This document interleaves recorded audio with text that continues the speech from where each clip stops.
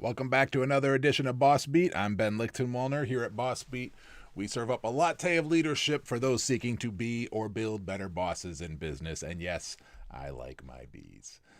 I hope you are doing well, my friends. Today and every day we talk about one of the 7 great principles of the best types of leaders in business. You can see them populating on your screen. And yes, we do base it on the concept of servant leadership because after all, if we're not serving others, we're self-serving, and that's not leadership.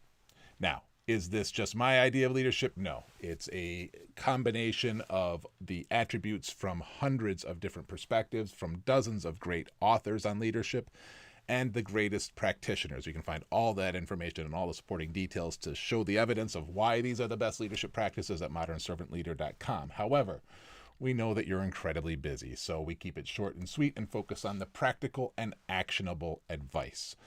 Today, we are speaking about the concept of nonpartisanship.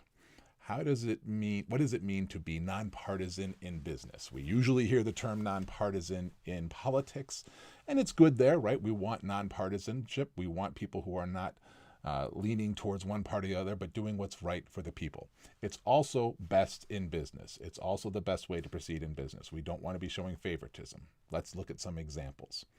Every time we talk about one of the core principles, we talk about 3 or 4 of the attributes that support it. Now, there are many attributes under each of those principles because there are many different scenarios or settings, but some attributes are more common or popular than others. The 3 we're going to focus on today are diversity, equity, and inclusion, and I'm going to deep dive on that in a minute and most of today, so we'll come back to it. Second is delegation. Delegating effectively is critical to being nonpartisan. It's also critical to being a good leader in business. Do you only delegate to your favorite person all the time? That star player, the one that everybody thinks is the teacher's pet? Well, maybe you're burning them out. And maybe everybody sees that you're showing some favoritism. You cannot delegate only to one person or give the best projects all to the same person. Otherwise, how are you developing the team? How are you really effectively building skill sets across the organization? Effective delegation is critical to being nonpartisan. And the third attribute is listening. Now, last week when we talked about nonpartisanship, we went into detail. So I'm not going to cover this in much detail. Check out last week's session on nonpartisanship. But in short, there are 3 levels of listening. Listening to respond is what most people do. Don't want to be doing that. That's where you're formulating in your mind as somebody's speaking. The second level is listening to understand, often referred to as active listening. That involves repeating back what you heard at the end. That's better, but it's not ideal. That's also where most leadership development programs start. Here at Servant Leadership, Modern Servant Leader, I always advocate for level 3 listening, which is listening to feel. Yeah, it's touchy-feely sounding, but it doesn't have to be. Although I will say, I forgot the person's quote. I'll put it in the notes. But somebody said once that emotions are another data point. And I love that perspective. We should be looking at his emotions as a data point. So feeling should not be just touchy-feely. The point is level 3 listening means that you do that active listening. You repeat back to make sure you understood them correctly. And you also reference how you believe that makes them feel. And you confirm so you get a sense of their emotion. But I promised today we were going to dive into DEI. It's a hot topic, right? As it should be. Now, diversity, equity, and inclusion, also sometimes DEI and A, which includes accessibility. It begins with you. I'm not talking about the workplace. DEI begins with your personal life. Too many DEI programs in the workplace become check-the-box initiatives, right? The board approves a new executive level chief diversity officer. Then they embed some requirements in the interview process, and they throw out a couple of new sensitivity trainings and declare victory. Now, I'm not saying there's anything wrong with any of those steps. They are very good steps for most organizations to take. But is that really what DEI is about?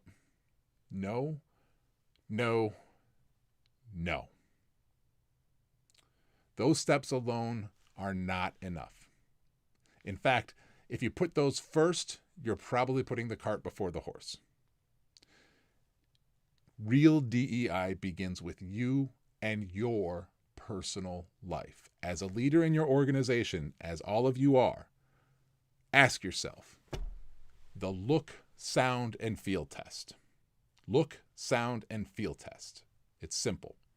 What percentage of your time do you spend with people who look different than you? What percentage of your time is spent listening to different perspectives, different beliefs, the views and opinions of others who are not like you? And feel.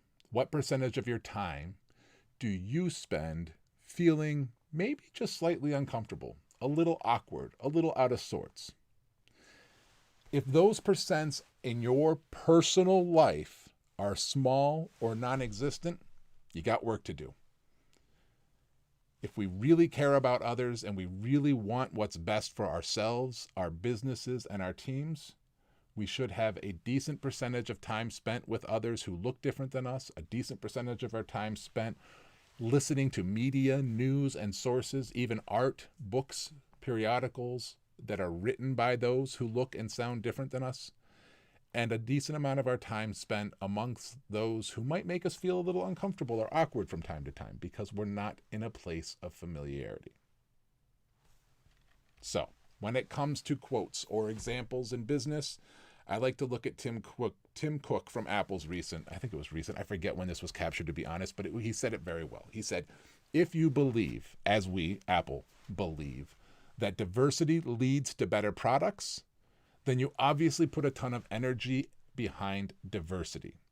The same way you would put a ton of energy behind anything that is truly important. That also reminded me of something Cindy Gallup recently posted on LinkedIn, I think. She said DEI, yes, it means diversity, equity, inclusion, but she said, to me, DEI also means driving excessive income. I want you to invest in DEI and nonpartisanship because it's the right thing to do. However, I can't teach you to care about others.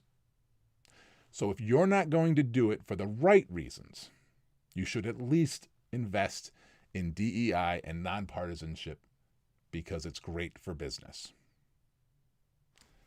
How do we challenge ourselves to grow and build better boss behaviors in ourselves and in our workplace? 2 questions to ask yourself. Is your organization simply checking the DEI box?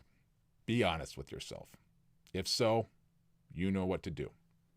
Second, what does your personal feed of news, media, art, and knowledge look like? Remember the look, sound, and feel test, right? Look, sound, and feel. What percentage of your time is spent with those who look different, who may say things different than you would say them, and maybe make you feel a little awkward or uncomfortable from time to time?